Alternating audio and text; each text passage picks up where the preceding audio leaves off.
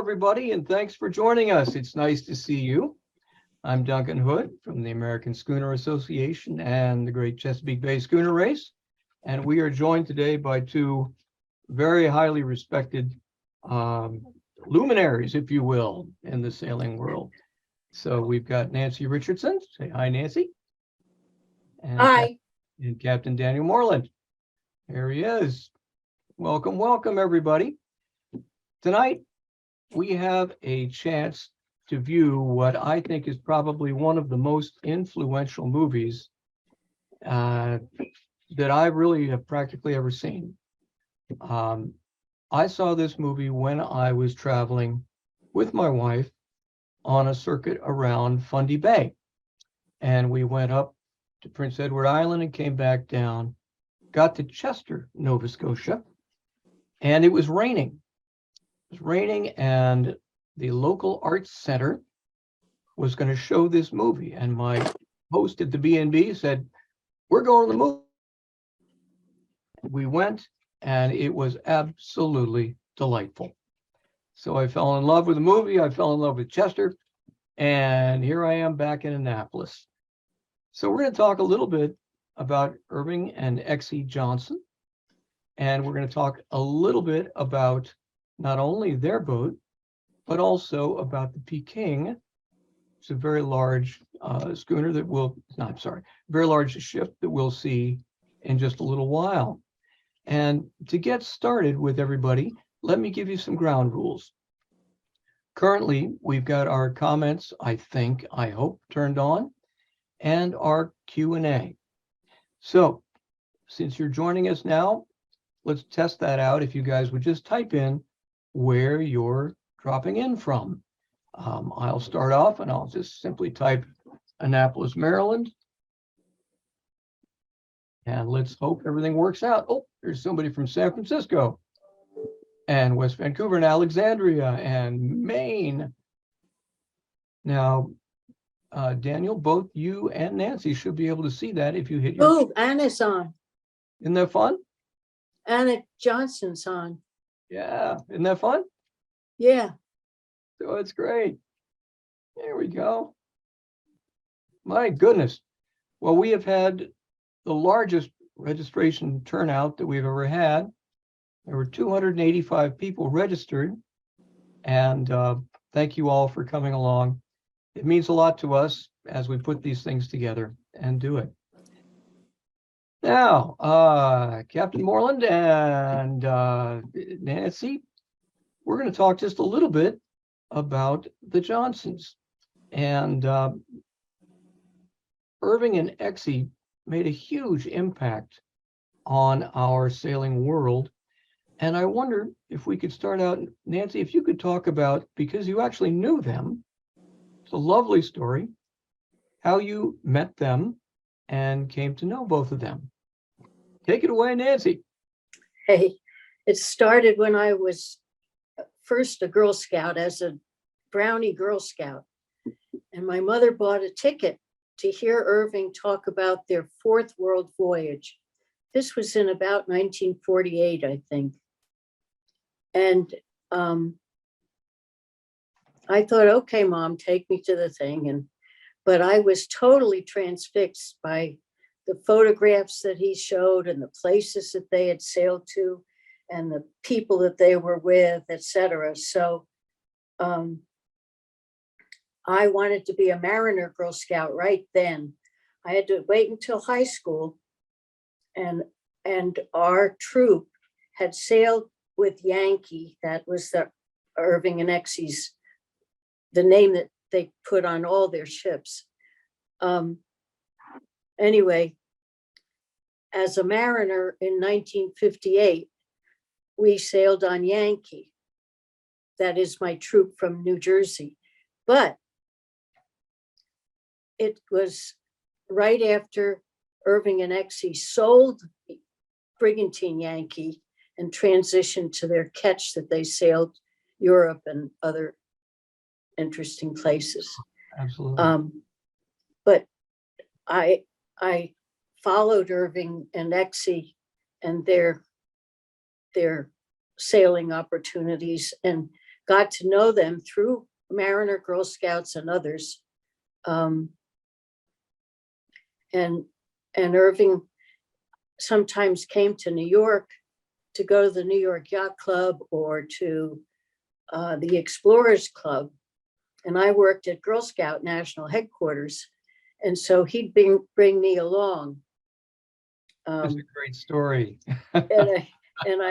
We were walking up Fifth Avenue one day, and I was a bosun's mate in the Coast Guard Reserve, and I was having a hard time getting the heaving line over the after rail in the search and rescue. So he put his arms around me on the curb on Fifth Avenue and showed me how to lean down and then let go when I was pointing at my target. So I can claim that Irving had his arms around me when he taught me how to throw a heaving line. He had a wonderful sense of humor. Well, and he was a very powerful. They went around the world, and they started really a lot of these charter type things that now we kind of take for granted.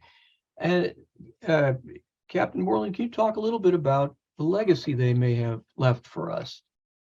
Well, I think it's impossible to overestimate their legacy, because I think there's you could spend hours on this, try to encapsulate it. But there's organizations, ships, institutions, particularly in the Western Hemisphere, that don't even know that they're subject to that legacy. But I would describe, while he trained in the sunset days of the Age of Sail, which was a very powerful experience, you could easily also describe him as one of the first of the young Turks. He broke free. He and Exie were a partnership, and they did an amazing thing. And I think what's amazing is that what they didn't go to focus groups. They didn't ask, they did what they wanted to do, and their audience came to them, whether they sailed with them or whether they came to lectures or saw movies or established SEA or any other number of 100 other things. And so the Western lexicon for sail training and sea experience is deeply founded in the Yankee.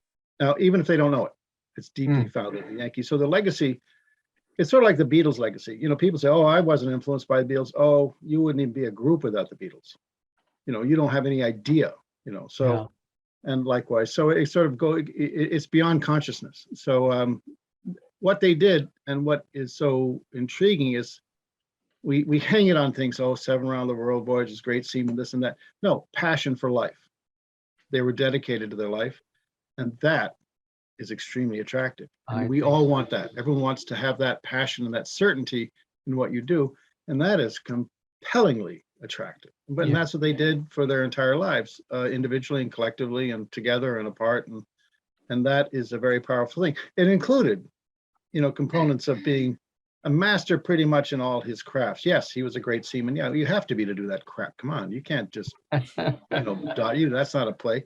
But he was messaging, getting an audience, getting the platforms you needed to get your message out. And these are not small things. You can't just simply be a great seaman. You have to also, the voyage is not a small thing. You're a year and a half. You're going to find out your weaknesses then. That's not a 2-week thing where you can tell the same three stories as you told last week. This is a very huge thing.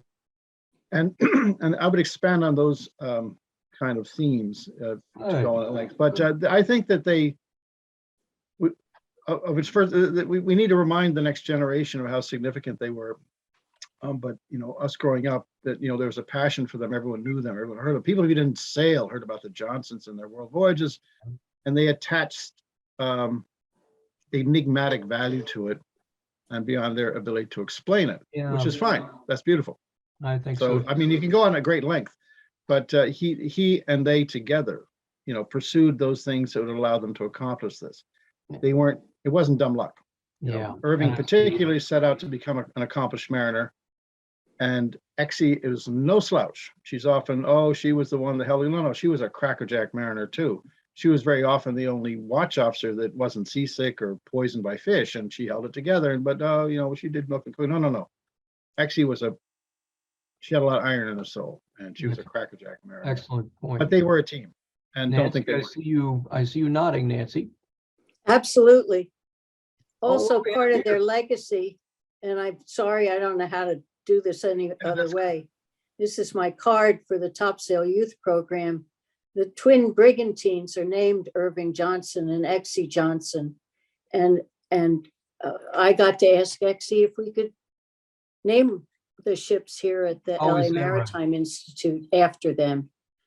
And we sail with thousands of kids from LA who often say they've never seen the ocean. So that legacy is carried on in their name on the ships that are very similar to the brigantine Yankee in the 50s, 40s and 50s. Yeah, how wonderful. And that's Now, all true, but I would submit that there is not a sail experience, sail training operation in North America that doesn't have a direct link to the Johnson's voyages, and I mean a direct link. So Yeah, that's a big deal. Now Yeah. we're about to cue up this movie, and it's about Irving Johnson's first trip around Cape Horn in the Peking. And the Peking was a very large sailing ship. And I believe, Captain Moreland, you were talking about that he went as a passenger, and that's what allowed him to film this. Can you explain that? well, I mean, that was he could have signed on as an ordinary seaman. He would have gotten the job, but that Mhm. meant he wouldn't have been able to make the film. Yeah, It also meant he wouldn't be able to understudy in the way that he desired. He knew exactly what he wanted. He wanted the experience, but he wanted to study it in a certain way. He didn't want to peel potatoes and chip rust. He wanted to learn what was going on. He had an agenda. This is the best way to serve it. And he wasn't proud. Oh, he was very proud. I'm going to say he's very proud, but he knew that this was the best way to do it. Pay your ticket, get to do what you want. And then he blended in with the seamen. He went aloft, he made sails, but he could also step back and make the film and study it. If he was an ordinary seaman, he would not have been able to do that. He would have been on watches and he'd be chipping rust and, Yeah. Yeah. And this is the thing to do is, go ahead. Yeah, and he had a friend with him so that the footage of Irving hanging on to the edge of the sail and stuff like that is shot by his friend. very cool. But this is very considered. This is, I mean, to me, you're also seeing the beginning of that sort of operational genius, because Yeah. he could have signed on as an ordinary seaman. He would have gotten the gig, not a Yeah. problem. But it means you would have to go there and come back and subject to the discipline of the ship. He Well, got to do what he wanted to do. He get to achieve, get out of it what he wanted. Sure. That was smart. Can you describe the Peking? Four-masted bark. She was sort of the classic around the 1880s. She was the big steel ship, 2,400 tons. The largest, the Sea Dove, the cruising stern are like her today. They're similar. Big steel cargo carriers, and they represented the last generation of age of sail cargo ships. They didn't need many crew. They sailed pretty well. They're driven, but they were the epitome of the, I call it the sunset of the age of sail. They were great ships, very well thought out, very evolved. And if there's ever to be another generation of great ships, they will start there and move forward. But Yeah, 2,400 well. gross tons, I mean, thinking like Irving and Exie Johnson, those are 100-ton vessels. Peking Castle is about 300 ton. So this is a large vessel and none too many crew. None too many, I mean, 25 crew or something. Yeah. And think of the Cuddy Sark at 800 gross tons would have had 40 or 60 crew. So these are very well thought out commercial. They were there to make money. Yeah. Commercial pieces of marine technology. Sounds great. Well, I'll tell you what, I think we've beaten the bush enough. Why don't we take a look at the film? And as we go, for you viewers, think of some questions you'd like to ask them. Captain Dan Moreland is, of course, captain of the Peking Castle, a large sailing training ship. And Nancy Richardson has done everything you can think of, and she's now very active with the Los Angeles Maritime Institute. So she's got quite a wealth of knowledge to bring in as well. And looks I like can claim to have sailed with Dan Moreland on I guess it was Ernestina. Probably, yeah. oh, good fun. Good fun. And maybe, but you haven't sailed with me on Peking Castle yet. I'm Oh, hurt. yeah. Oh, you And have. Okay, good. So two It's ships. coming. Good. It's coming. and the schooner from South Street. Oh, Pioneer. yeah. Yeah, Letty yeah. Howard. All right, my Yeah. friends, here we Nancy and I were go. old shipmates. Let's hope it all works out. Okay, everybody ready? God help us all.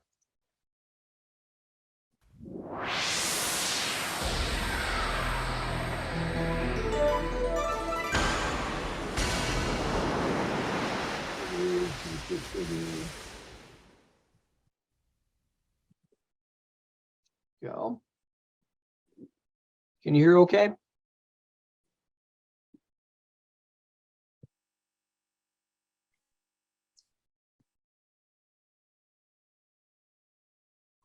Here we go. Sure hope everything works.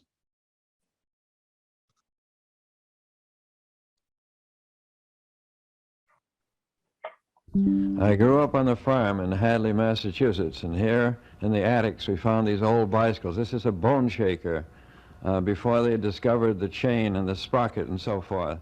And I'd kind of trained on this sort of thing here. We found a lot of super high wheelers too with enormous wheels. This is made for a racing bicycle for a tall man. I can't reach the pedals all the way down. But I'm getting trained for Cape Horn, and this is one way to do it. When you put on the brakes, it's a disaster. But with a strong neck, I'm still alive and ready to climb up something that I could find on the farm nearest Cape Horn, Mass. This pole is rotten at the bottom, but it won't fall down on account of the wires. I'm swaying now, making believe I'm off the horn and getting ready for that sort of thing. But this is a kid with a one-track mind, if I ever saw one, just standing on his head to make sure he'd never be scared, as he's been reading about in the books by Jack London and so forth. I thought the books by London were factual, but they're fiction, and they had a fight on every other page. So I trained and trained. I became a wrestler, jiu-jitsu expert, acrobatic expert, and therefore never had a fight on all the voyaging I've had years later. I got ready for it on the farm before I'd even seen salt water. But now we're off for adventures, great sailing adventures aboard the Peking, and this enormous four-masted barque carrying 5,300 tons of cargo. She has 32 sails over an acre of canvas, and she's an immense, the largest sailing ship in the world at the time by about 5 tons. Those 3 lower sails each weigh a ton or more when they're dry. When they're wet or full of ice, no one knows what they weigh. But she's carrying 5,300 tons of cargo, plus about 3,000 tons of ship. That's 8,000 tons, sailed entirely by human hands. There's no motors, there's no winches, there's no switches, there's no lights, nothing but human hands to power this entire vessel, to drive it 11,000 miles where it doesn't want to go, the wrong way around Cape Horn. I've gone aboard now in Hamburg in the winter times, cold dust and soft cold smoke and smog all over the place. And the North Sea in the wintertime is a horrible place. We stayed there week after week until this greatest storm of the century came up on Friday the 13th of December 1929. This storm wrecked 68 ships along the coasts of Belgium, Holland, and Germany. And we were out there in this storm, but of course this vessel was built for Cape Horn, so this storm, as long as she didn't run aground in the comparatively small North Sea, was safe enough, but what we almost did pile up on the coast of Holland. Here, a picture from the bowsprit of the figurehead and the 3-ton anchor hanging over the side. It was caught by the waves and dashed back on deck, breaking the chains that held it, and then we went up there to secure this anchor on deck. We got bashed up too, carried some of the fellows aft to be patched up by the captain, who's an expert at repairing seamen, no matter how they seem to be smashed around. And imagine the tonnage of the water smashing, bashing to catch a 3-ton solid steel anchor and throw it back on deck. There's a young fellow up here making fast the inner jib, and he's got a job to do, and you go ahead and do it no matter what. There's something about these vessels that cause some kind of hypnotism. You do things you'd never dream of doing in your ordinary mind. But look now, this is just the North Sea. This is not Cape Horn. The rails are going under maybe 3-4 feet or so, but off the Horn they go 20, 25, 30 feet underwater. And remember how cameras cut down the size of waves? If you've ever taken pictures of waves, you'll find them looking terribly small when you come out with the pictures. But those waves are still just North Sea. They're not Cape Horn. Off the Horn, I got 80 feet high, and they'd come up between me and the horizon. But here's a sailor who's been bashed around the deck for a while, and he's kind of catching his breath now, wondering what he's going to do next. He's hanging on to the lifelines, but he's a good sailor. Standing on one of the spare spars there, he's emptying the water out of his boots into his oilskins and making himself a little lighter. Not drier. There's no way to dry anything except by sleeping in your clothes on board. Now, these pictures taken from the lowest yard on the mainmast here, the 6 yards on each mast, and when you get up to the top, it is some height. But again, the North Sea seas are nothing to what we'll get off the Horn when I get down that way. But 17 days were spent in the North Sea until finally we got a fair wind and headed down in December down south through the English Channel, putting on chafing gear to prevent the sails from chafing, especially during the doldrums when you're just rolling around with no wind. But chafing is a deadly enemy on board ships, and we're always watching the sails, checking everything to see they don't chafe undue.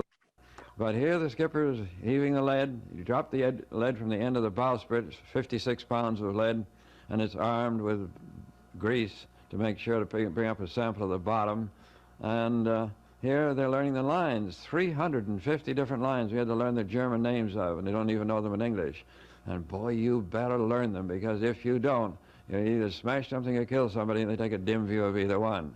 But the captain's right there just ticking them off and just saying how dire it is if you make the wrong step. But here we're plowing south, gradually repairing things. We did have damage during that enormous storm which sunk so many ships in the North Sea, which is a graveyard, the greatest graveyard of the world in ships in years gone by. Now we're cutting off the old stay and going to seize on a new one. We carry miles of wire and all kinds of repair equipment aboard the ship. They were not supposed to go into any harbor for any reason whatsoever except in harbor of destination for the cargo.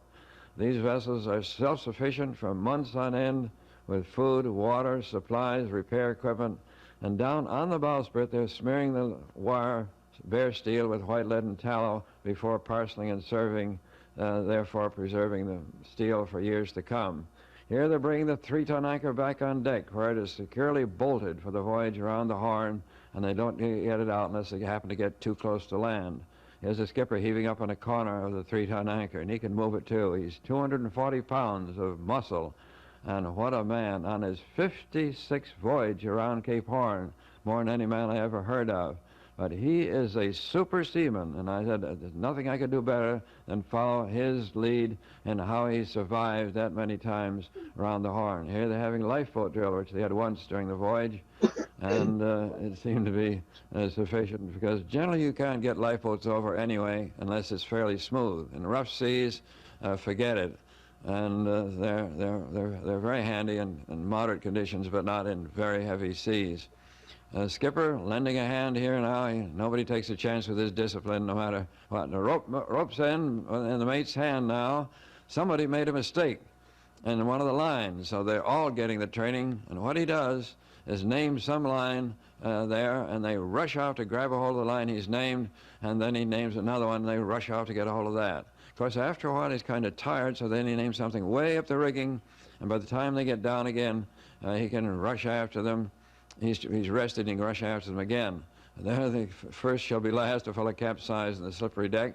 Now, he has this special dog now, owned by the skipper, who knows just where to bite these fellows to make them go faster. He's supposed to bite the last fellow in line, but sometimes he makes a mistake, and he got the first fellow in the line that time. Here he comes there, and you must run up and down the rigging. There's no walking. Handling sail is always on the double. On a Sunday, I help train the fellows in wrestling and so forth, which they wanted to know very badly, because it was so obviously easy to handle somebody if you know wrestling. Pictures taken now from the end of the foreyard. It seems I'm almost off on another vessel. Looking back there, they're repairing sails on deck. We make all our own sails as we go along. Everything is done aboard ship that possibly can be. and so they can repair the ship. And generally, she looks better coming into port than she did when she left, especially on deck. Over the side, of course, the rust streaks are impossible to get at while you're on the way. Now the forecastle head is nice and dry, and the bowling wave here bowls ahead of her here, just a marvelous place to be and watch that wave. And then way out ahead of us, the end of the bowsprit is generally speaking 50 feet above the sea, but sometimes it dives under the sea off the Horn, and that we expect to see later on. Captain arrives with his dog, specially trained by the skipper like no other dog I've ever seen in my life. And every other day he simply grabs the dog's muzzle and just squeezes till the dog shrieks with pain, and then he says, "Now look, that's for nothing. Now see you don't do something." That's the general way. The dog has never been petted, knows nothing about it, will take a piece out of you if you try to pet him, as he has no knowledge of it whatsoever, never did. Here the fellows are splicing up new ratlins, which are getting old on one of the masts, but all of a sudden the wind changes, so they dash off to change the attitude of 32 sails to the new wind direction. Also, 18 yards must be altered to the same conditions, and this day or night, no matter what, you get used to. But it's quite a maze of rigging, 350 lines. But there you have sailors as close to heaven as sailors ever get, way, way up aloft, anyway. And that all does help. But what a spot, all those sails, and you put them up there and made them from scratch. Skipper with his Sunday coat on, taking a sight, and that gold braid would turn green if there's any spray. Here he's cutting hair, he's an expert. Also, these fellows very seldom pull on something. They jerk. They can make a lot more strain on something if you jerk, like pounding a nail through a plank. If you tried to push on the nail with a hammer, it'd never go, would it? But if you hit it like a big jerk, you can create 5, 10 times more power momentarily, a split second. And that's the way they sail these enormous ships. Now here on a Sunday is the port watch lining up, but they're all going back, except the man at the wheel and man on lookout, going back to catch up on sleep. They're on 4 hours, off 4 hours, on 4, off 4, and they eat in their time below, and they mend their clothes in their time below. They're the skipper's an expert on everything aboard ship. Look at the size of his hands cutting this fellow's hair. The trouble is to get some scissors to get on his fingers, but you have to use special ones. Here are a lot of fishermen and fishermen's advisors out on the bowsprit, and trying to spear. Oh, look, the shark wouldn't touch that salt-pickled pork. It's simply no lean on it at all. It greased our potatoes, though. I'm in the center now, sewing sails. The sailmaker's at my right with the officer's cap on. And this is double-aught hemp canvas. And you can make a pile of it 7 feet high on deck. It'd stand right up there by itself. It's so stiff. I could do 20 feet of seam at racing speed in an hour and do about 2 feet the next hour getting over it. But the dog doesn't want any petting. Just kick a stick and kick him in the face, and that's all right. That suits him fine. Now we're changing all the sails to the older suit of sails, the weaker suit for wear and tear through the doldrums and through the trade-ins and all. But when we get down to the Horn, back will go the stronger sails, the strongest possible we can do. Now when you pull with your hands, up go your feet. Now this seems a very silly sort of a way to be up on there. Why doesn't somebody tie these foot ropes down where they belong? But no, that would be too easy. It seems to work. We all trust the foot ropes, even though they go high on your head. Oh, look, one day the turkey got sick, so he ate him quick before he died. Well, you know what I mean. We dispatched the turkey before he died of some sickness. And anyway, it tasted good. It didn't poison us at all. But here we have 4 propellers chewing along, chewing up the wake, going like a bat. 4 propellers? No, it's simply the wind in the sails that we made with our own hands, and we put up there with our own hands, and we adjusted with our own hands. Roaring along she is now, 12, 14, 15, 16 knots. Tremendous, 8,000 tons bowling along.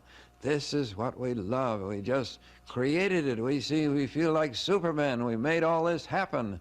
And she is going 8,000 tons, going where we want to go, not necessarily where she wants to go. Coming about the first time, I thought somebody had made a terrible mistake. I thought the yards would crash down, but no, they didn't make any mistake. The skipper doesn't make mistakes. He's a super seaman if I ever saw one. And I believe the things I learned from him saved my life several times over in our many voyages around the world. Oh, look, the dog bit the wrong fellow. You're not supposed to bite the paid sailors. We have 5 professional sailors aboard, but he's supposed to bite the trainees, you see. We had a lot of trainees aboard, and they needed a little biting now and then to make them go a little faster. And they get the idea, and here's a way of multiplying power, but through our hands only. Every hand is on the capstan bars and pushing fast. Handling sail is always on the double, so that they'll always know how to do it and won't get caught in any other way. See, notice the jerking now? Ha-he, ha-he. And the he is when you all must jerk together or it doesn't work. Lovely dog. I wanted to pet the dog, but there wasn't a chance. He'd never been trained that way, and he thought you were doing something bad if you tried. Beautiful dog, but no sense at all from our point of view.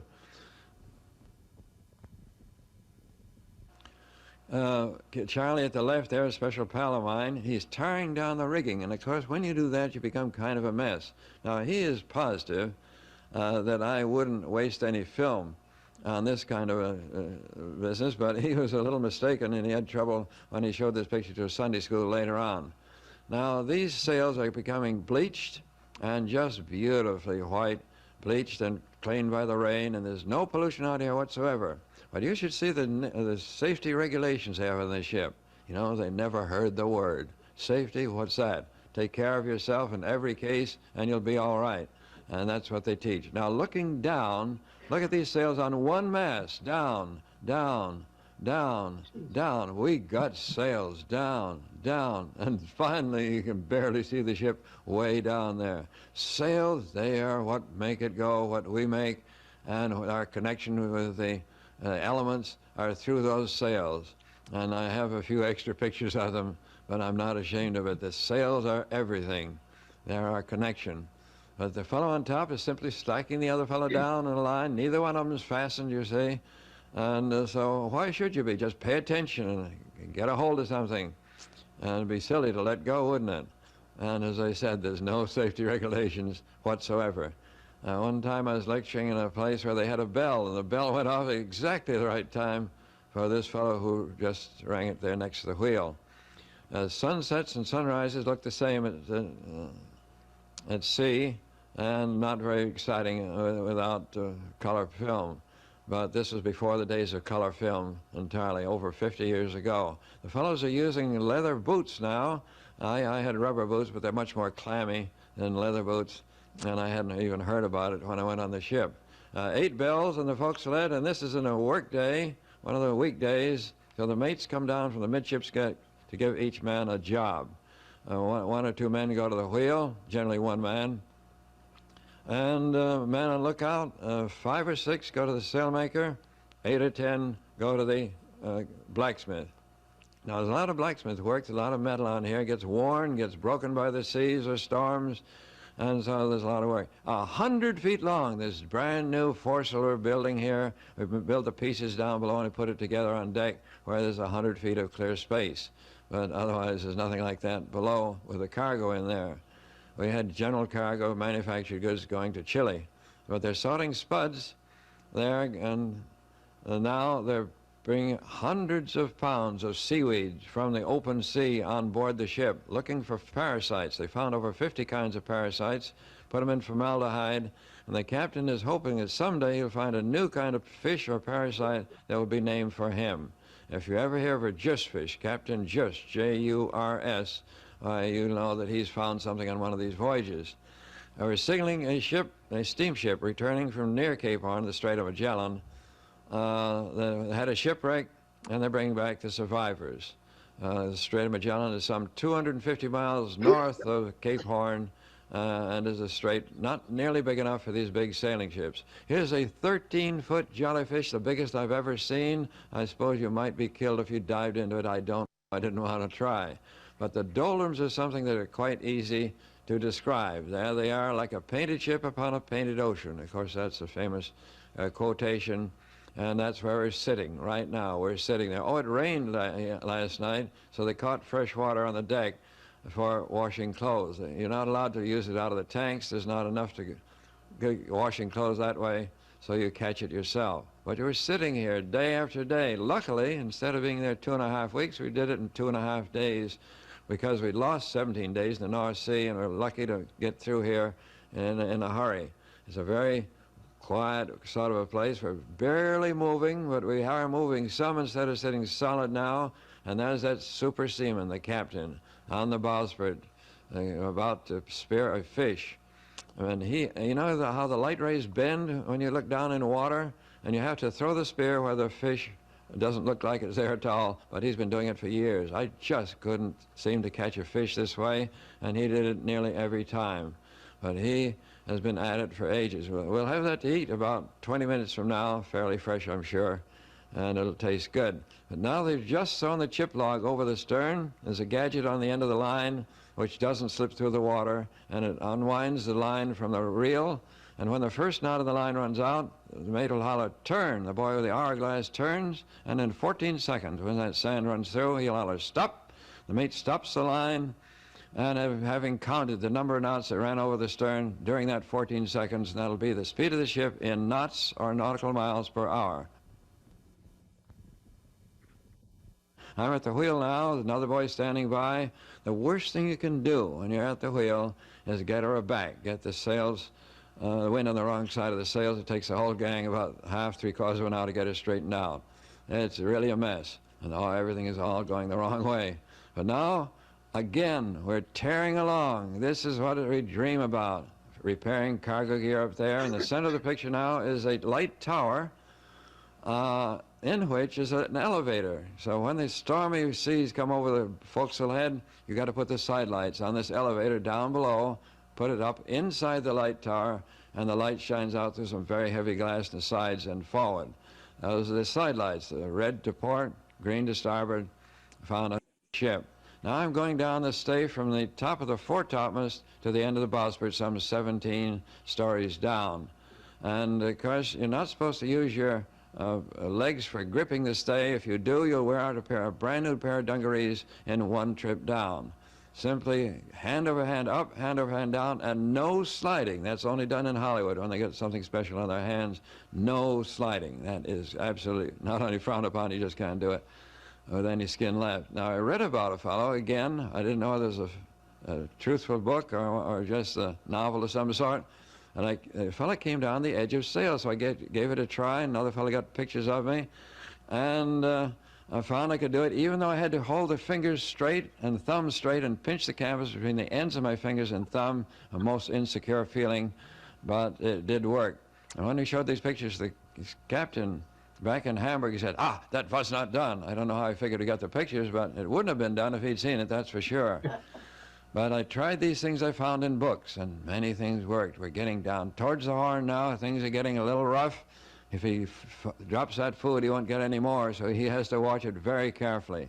We also are putting up nettings above the bulwarks to strain the sailors out, like fish nets and so forth. The bulwarks are maybe 6 feet high, but the seas go right over them. You see the netting there at the right now? That saved many a seaman being washing around the deck with his waves go through the net, strains the sailors out.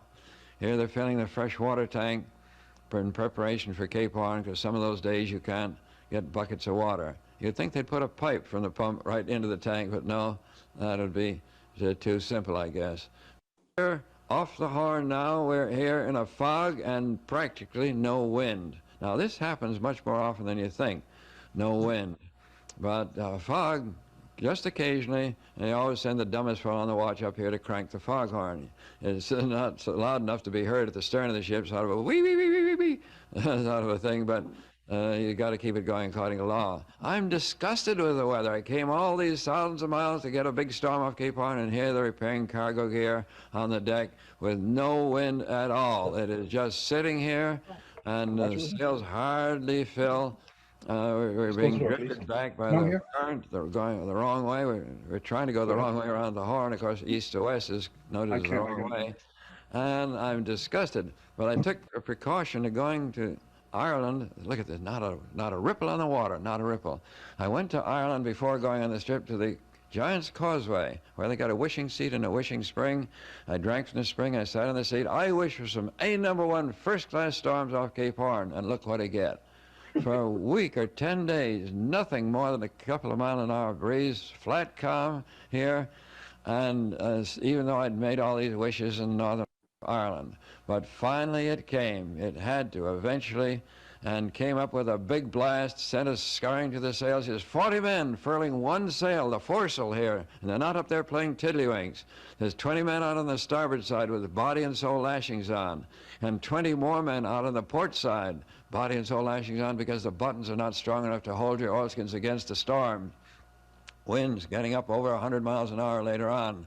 But you put lashings around your waist, around your ankles, around your wrists, and around your neck to hold the oilskins on, not to keep dry, but to keep a little bit warmer in the blast of freezing cold air. Snow every month of the year. We got snowball fights around the deck. The two fellows just coming into the picture at the right here now were washed overboard on the way home. That means 2 empty bunks, and nothing is said about it. It's all very quiet. Now, you must be on the ball at all times and get yourself out of the way of a big wave coming roaring across, because there's not time for somebody to tell you how to go about it. You wind yourself up on some wire or a lifeline that's specially put up there for the purpose from the windward side, because otherwise you get bashed away from whatever you're trying to hang on to. Pictures from the top of the mast now, 17 stories high. And when I showed these pictures in London, I lectured to the Honorable Company of Master Mariners, where every single man in the audience was a square-rigger skipper or retired. And they said afterwards, not a man in the audience, and we represent 3,000 to 4,000 times around Cape Horn, has ever seen that much water across the deck of a vessel that has not sunk. Can we get a copy for the British Museum? So I got a copy in the British Museum. I thought, what can a young fellow do to get something in the British Museum? It's incredible, but there's no other pictures taken under these circumstances ever taken and never will. There's no more loaded square riggers. This is storm number 2. In between the storms, you set sail. And you're going to see the ocean down here in this third storm looking like the bottom of Niagara Falls. The whole water just blowing horizontally now. You can't sit down. It's blowing so fast. You're up over 90 now, and the next storm will bring it over 100 miles an hour, just screaming, 350 lines, screaming like you're torturing animals to death. The noise is fantastic. Setting that force, you saw 40 men furling. A bundle has been caught there. But in between the storms, the wind goes down often to an absolute flat calm. It makes it a very difficult place to sail around, but it's not all storms. Nobody writes about smooth water. What is there to say about it? No wind, period. Now watch this. The bottom of Niagara Falls looks exactly like you're going to see it here in about 3 or 4 seconds, because a tremendous open part of the sea is shown just tortured. Look, tortured, just like the water coming over Niagara Falls. Look at this, the open ocean. The forces involved are fantastic. There's no words that I can use in any language that'll tell you what it's like. If you've been there, that's the only way you'll know, because the forces are beyond anything you've ever experienced or thought was possible. Our lower topsails are built to stand any storm, and yet we had trouble there too. But the screaming is beyond belief. You'd all get up and get out if you had that noise of that caliber around here. And oh, she is really pumping and straining. The noise of the vessel when you're down inside, groaning one piece against the other, you'd think it was coming apart. But it's built for Cape Horn and was not about to come apart. But oh, how the chafing and wear and tear, not only on the ship, but on the individuals. The lookout on the deck is back here amidships now. And I'm holding the camera steady with the ship. This is not the way to take it, but I tried it out to see what it looked like. It looks like the ocean is running around. The ship is staying still. Every bar taut line is just quivering and screaming. And the lookout is back here. Now, I'm on top of the chart house. And now the camera's held steady with the horizon, which is the proper way to take pictures. But to get pictures from down here, when a rogue sea may wipe you off, is just asking for trouble. And boy, trouble came in a big way. All of a sudden, I was afloat with a smashing crash. Couldn't even shut off the camera as I was knocked galley west here. And oh, look at her roll. But that rogue wave just had my name on it, and I came within 1/4 inch of getting smashed. There she goes, smashed up completely and over the side there as I washed off the top of the chart house. But that's the kind of thing I'm dying to get pictures to show my mother, father, brothers, and sisters what it's like off the Horn. And this is the nearest to it we've ever seen. Look at that one. Well, that's what I see happens when it comes a little bit aft, and then you get 2 seconds of pictures and you're finished. You're underwater again. The camera had been underwater 100 times. It was not made for that. But, oh, here's one of the greatest sights, a main lower topsail carrying away. Now, in the edge of the canvas is a wire the size of your thumb. And the steady pressure of the wind just broke that wire. How, I don't know. But that sail is not supposed to be taken in ever, so they've got a preventer sheet out there on the end of the yard that's got to be unshackled before you can pull up what's left of the sail, and then they must all go up there and furl the pieces. You save everything, even little 5 or 6 inch strips of pieces of marlin. You don't waste anything on these ships. And if the fellow who goes out there to take the shackle off the preventer sheet gets touched once by that canvas, he's dead. Boy, he just knocks him off, and that's that. The skipper on deck was blowing his whistle, trying to make him stop, but we couldn't even hear him 5 feet away. Well, when they got that corner of the sail pulled up, the clew of the sail pulled up, you'll see a 4-inch strip of canvas down the lower right-hand corner just hanging down there. You just barely see it now. But the third mate got up on the end of the yard, could not reach that 4-inch strip of canvas, so he hung down. And I missed the best picture of the whole trip. I ran out of film. He hung down by one arm and one leg from the foot rope, and just then a squall came and the ship rolled to windward, and that man's entire body vibrated just like those sails. Just the whole body just flapped, just like the sail. Never have we ever heard of or seen such a thing as a man's body flapping like a sail. But when the man came down, nobody said one word to him. We all would have done it. Some kind of hypnotism makes us do those things. It's just incredible. When you look at them later, it's crazy, but they do it under the conditions of working for the ship, making you go, she needs you. And when there's something like that going on, you would do the same thing too when you're young under those conditions. Look at the water just blowing horizontally. Just the whole air is full of water. When you breathe water along with some air as well. But I tell you, it's just wild, the circumstances. The nets are getting tired now. They're gradually wearing and chafing down, but they saved many a life. And how the seas do crash across the deck, wear and tear at the equipment and the rigging and all that, and we have to watch the chafe. And finally, we have to drive the ship 200 miles west before it can turn north. Cape Horn is not just a point where you go around and finish. No, so you got to go 200 miles west against the currents, against the winds, and then head north. Otherwise, Chile has got the worst lee shore in the world and is known for smashing up ships by the hundreds there over many years. But these fellows are at the after wheels now. Their midships wheels broke, and they're lashed here now, so they won't get thrown over the side by the wheel when it gives a kick. If it chooses to kick, it can catch in your clothes and throw you right over the side. But now we've turned north. We're headed up along the coast of Chile. And the mates came to me and said, look, did the captain ever tell you how he saved a couple of fellows during a storm? No, tell me about it. Oh, he said he doesn't want anybody to know about it because he deserted his ship. But what happened was this. He saw somebody washed overboard forward, and he ran to the stern, grabbed the spanker sheet in one hand, and jumped over the stern into the boiling cauldron under the stern during a storm, grabbed the man's hair as he came by, and we pulled him back on board. One hand on the line and one hand of the man's hair, and he did that twice. Now, the reason he doesn't want anybody to know about it, and in fact it's never been in print, is because a captain should not desert his ship. And here he goes jumping over the stern, but he's a Superman. 93 days out, we see Chile now, the first sight of land, and here's a little tug with a big stack, loud whistle, and no power, but useless to us. So I was able to get on the tug and to get these pictures. Looking at the bow of the Peking, coming in now. Oh, all my still pictures were double exposures. Luckily, you can't do that with a movie camera. And there you have the ship sailing in proudly. Oh, the vessel that we fought for, that we went into danger, that we got bashed up on, that caused such agony, cold, wet, sleep in your wet clothes, no other way to dry them. But that's the vessel we fought. Why do you do it? For cargo. Cargo is king. The only thing that's dry on that ship is the cargo. And if you don't bring in dry cargo, you might as well stay at home. So cargo is cared for absolutely. The seamen must take care of themselves. But what a voyage. What I learned there that saved my lifetimes and the future. Watching every detail, making sure it's right ahead of time. And that captain really is a magnificent example of a seagoing character. And they developed the most efficient carrying of cargo under square rig of anybody in the world. The Flying P line.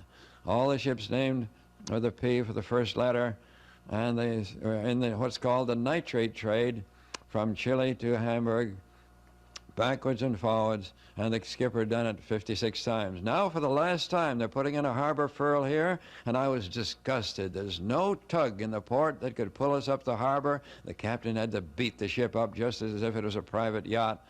Beat the ship up the harbor, all 8,000 tons of her after 11,000 miles of struggle. But he was used to it. That's the only way he's come in all the years he sailed, beat the ship up the harbor on his own power. Up aloft there, fellows. You only got 17 stories to go. Hurry up on the double. That's right. And what a voyage this was. Here's the upper Togansel yard coming down. Half the yards, come down and have to be pulled back up again. Great big steel yards, all by hand when you set sail again. 9 of them come down. Here's the foresail being pulled up. This is the one you saw 40 men beating the ice out of it there off the Horn when they finally got some wind. What a magnificent thing to come out with one of the best storms going. The captain agrees that was a #1 first-class storm, the like of which is seldom seen even off the Horn, that #3 that we saw there, and I was there with a camera to get pictures of it. How lucky can you be? And now as we come in, upper topsail yard coming down, it's 92 feet long, bearing about 5 tons, and somebody will be pulling it back up again eventually. But lending a hand now, the skipper, what a hand. I tell you, 22 turns. Normal yacht has 3 turns. This has 22 because it's enormous size and weight. Down goes the anchor, the last bit of film, except for one shot of furling sail. And in Talcahuano, Chile, 93 days out. There's one shot now of putting in harbor furl. The mate sat down there the first time I've ever seen him sit down at all. It was about 30 seconds, though, and he's busy again with the ship's detail. But why do they sign on for all this misery in some cases? Well, they kind of forget about that. They think of the thrills, but mainly they think of this sailing along as the sun goes down in the trade winds. Oh, it's absolutely lovely. That's Cape Horn as I saw it. Thank you. Wow. Is that fun or what? Oh, goodness gracious me. In the book that I have, the Peking around Cape Horn, Captain Johnson wrote to Nancy Richardson, who would have loved this voyage, Irving and Exie. Wow. I love watching the film, put it that way. Just amazing. It's just amazing. We are so used to our creature comforts now, and we're used to GPS, we're used to electricity, we're used to diesel power, and it's hard to believe it was not that long ago that things were like that. What do you got there, Nancy? This is a glass there, that's better. Irving and Exie's grandson, Matthew, created this etched brigantine in glass several years ago, right after Irving and Exie, the brigantines were launched. And he used to call us and say, I don't know, the preventer doesn't look as if it's at the right angle. Where do you secure it? And other details like that. So this is as close to the brigantine in glass. It's beautiful. It is. Yeah. I love it. Dan, what kind of feelings do you have after watching that film? Well, a lot of them. Matthew sailed with us on our first world voyage, and he was a good shipmate. What do I feel? It's a it's a good representation of it. It's Captain Johnson's a good storyteller. He keeps the pace going. You know, there's some reading between the lines. You know, there's a little, you know, some of it's for the, you know, set in today. But to say there weren't any safety regulations, it's true. There weren't external ones, but there were a lot of internal ones, and you did not do certain things. Right. Although I think climbing down the leech of a square cell, he would have gotten pretty seriously busted for that had he been noticed, but he wasn't. Very strong guy. Do not try this at home, children. Yeah. Regardless of the regulations, you know, you have to be very strong to do that, and he was I physically can't very imagine. strong. So, I mean, it's evocative of the era. It's evocative of that transitional time. You know, we have to understand that in that latter period, there was an adventure element kicking in. So why do these guys do it? Well, they did it for a bunch of reasons. I mean, this is the 1921, you know, after World War I to World War II, you needed sea time to get second mate's licenses. That was, and you had to have sail sea time. This didn't really end until the 1950s. So there was that motivation. It was a hell of an adventure. It was. You know, now it's primarily adventure experience or character development or what you might call it. But then it was like, this is a pretty cool thing to do even then. But that was also true of Richard Henry Dana's day or Jason and the Argonauts. This was a coming of age thing. This is nothing new. This is very, very old. It's also very current. So Richard Henry Dana, Harvard student, he did the same thing, wrote a book about it. You know, a lot of the same stuff. The ship is a little bit different, but the same overall thing. A westward bound trip around Cape Horn as a crew on a square rigger. Yeah. You know, And, you know, in the phrase of the day, to make a man of you. yeah, Captain Moreland, what struck me last time we had a conversation is, you know, you said to me that most people who do sail around the world do it once. They come home and write their book. And we look at this captain here who's done 56 times around.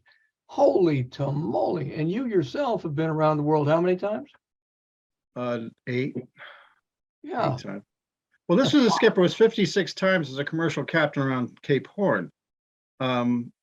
You know, Peking Castle, we've done 7 around the world voyage. I did another one as mate in the Brigantine Romance years ago. We're hoping we're supposed to sail pretty soon for another.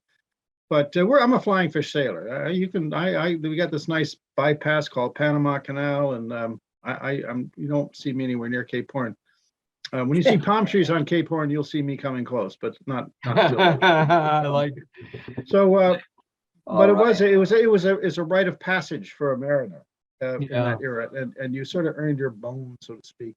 You bet. And the Ladies guys and that I gentlemen. sailed with, also, this was a recognized thing, and it still is, but it's sort of gotten amorphous. But back in the Yeah. commercial shipping, it was a major thing. It was, you know, you were a made man, so to speak. You were a made man.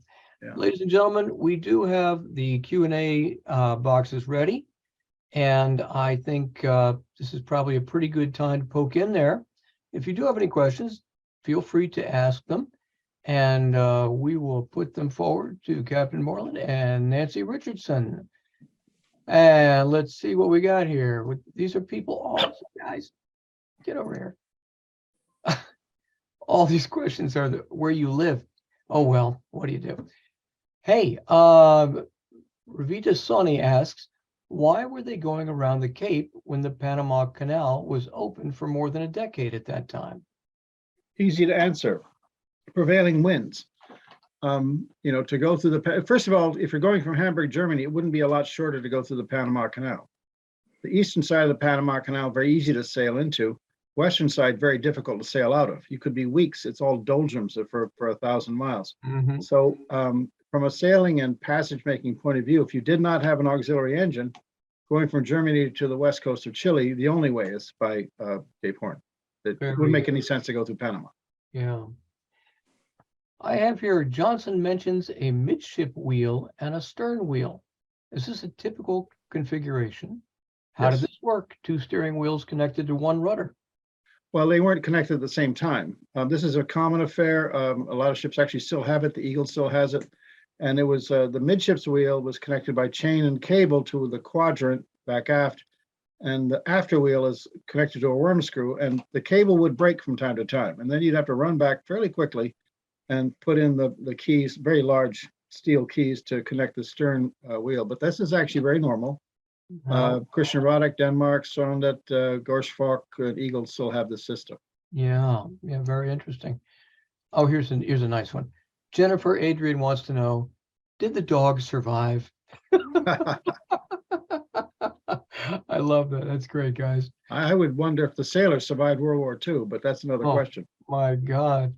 Are movies still being made with tall ships, and how can one get involved if you have both production and tall ship sailing experience? That's an interesting question.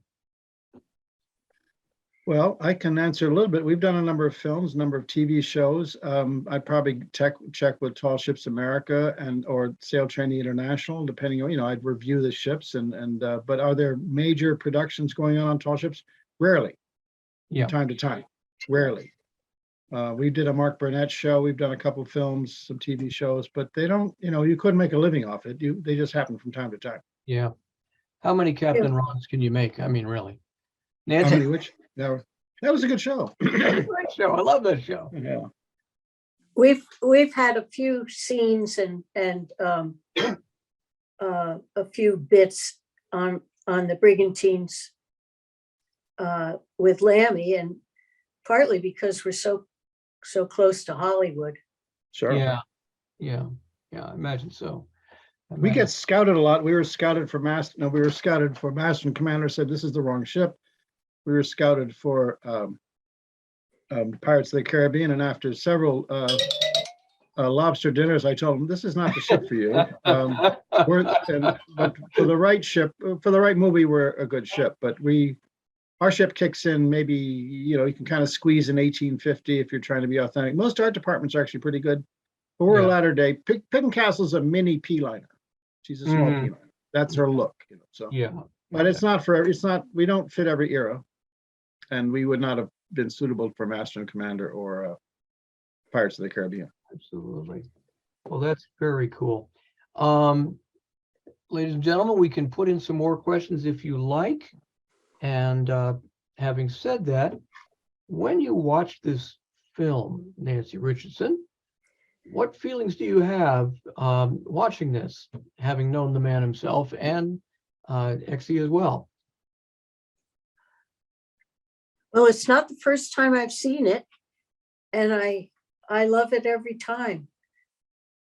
I know that I would not have enjoyed the voyage, Nor would I. but knowing Irving and Exie and visiting them at their house in Hadley, it was always fun because Irving would tell more stories and Exie would tell her side of the stories. Yeah. There's an article in a previous Sea History magazine, and it says Exie Johnson, he couldn't have done it without her. And like Dan has said, they were a perfect combination. You're full partners. Yeah. Can you Yep. tell us about Exie a little bit, Dan? Well, like I said, I'd met Captain Johnson a number of times, but with Peking Castle starting in the late 1990s, we had a Yankee, I'd say I call it a Yankee legacy pretty much every voyage. And that would be a child, a grandchild, someone that had been, who had sailed with the ship. And I always was charmed that they weren't trying to reproduce the Yankee. They came for Peking Castle, but they wanted that overall experience. And then Mrs. Johnson and I, Exie, if you will, but we always call each other Mrs. Johnson and Captain Ward. It was very formal. It was quite charming. But we'd correspond and we'd write a lot of letters back and forth. And she visited the ship one time. We're having lunch, and I was charmed by her steel, if you will. Really? She was a powerful person. But one thing I loved, and she had a way of, and you can see it in the books. You can read it in the books. It's sort of this very soft answer. There's nothing soft about it. So we're having lunch on Peking Castle in the Salon, and I said, Mrs. Johnson, because we're a sail training ship, our program is the ship in the sea. We don't do anything else. We don't do history or, we're about the ship in the sea. Very similar to, what I think the Johnsons would have liked. And I said, Mrs. Johnson, did you ever get the question that, what was your program in capital P and in parentheses? And she said, well, Captain Warren, Irving and I, we just thought we were too busy to have a program.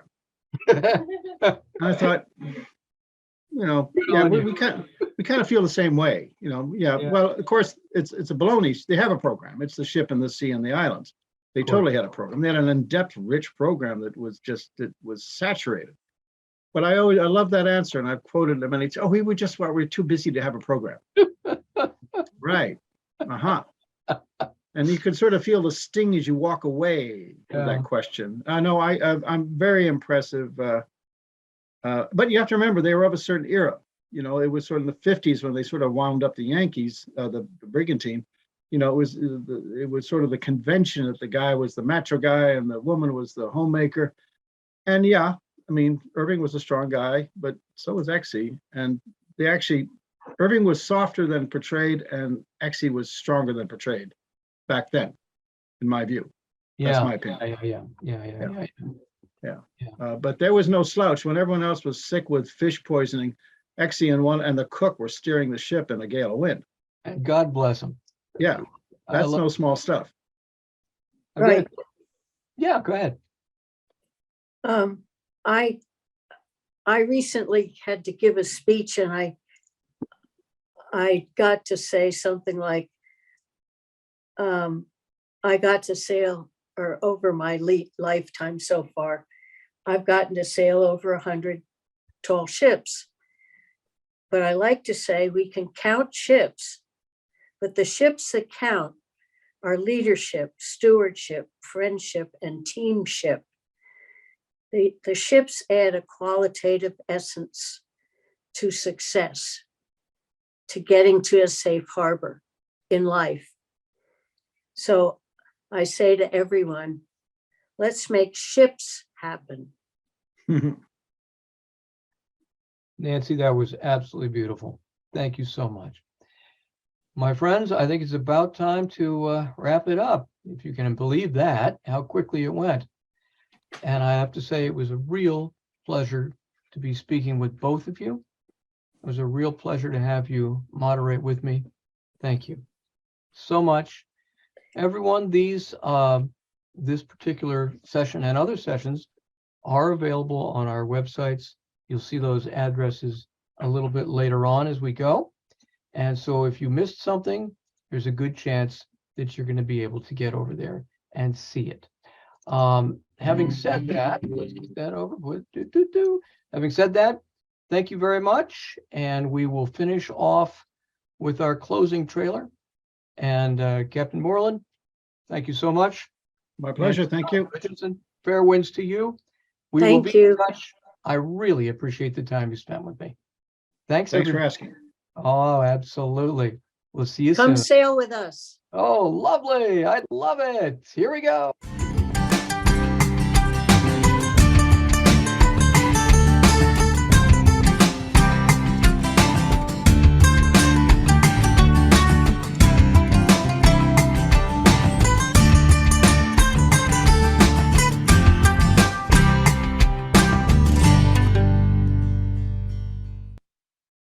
Thanks, everybody. Have a Yes, great sir. Take care. See you Thank later. you. Bye. Bye.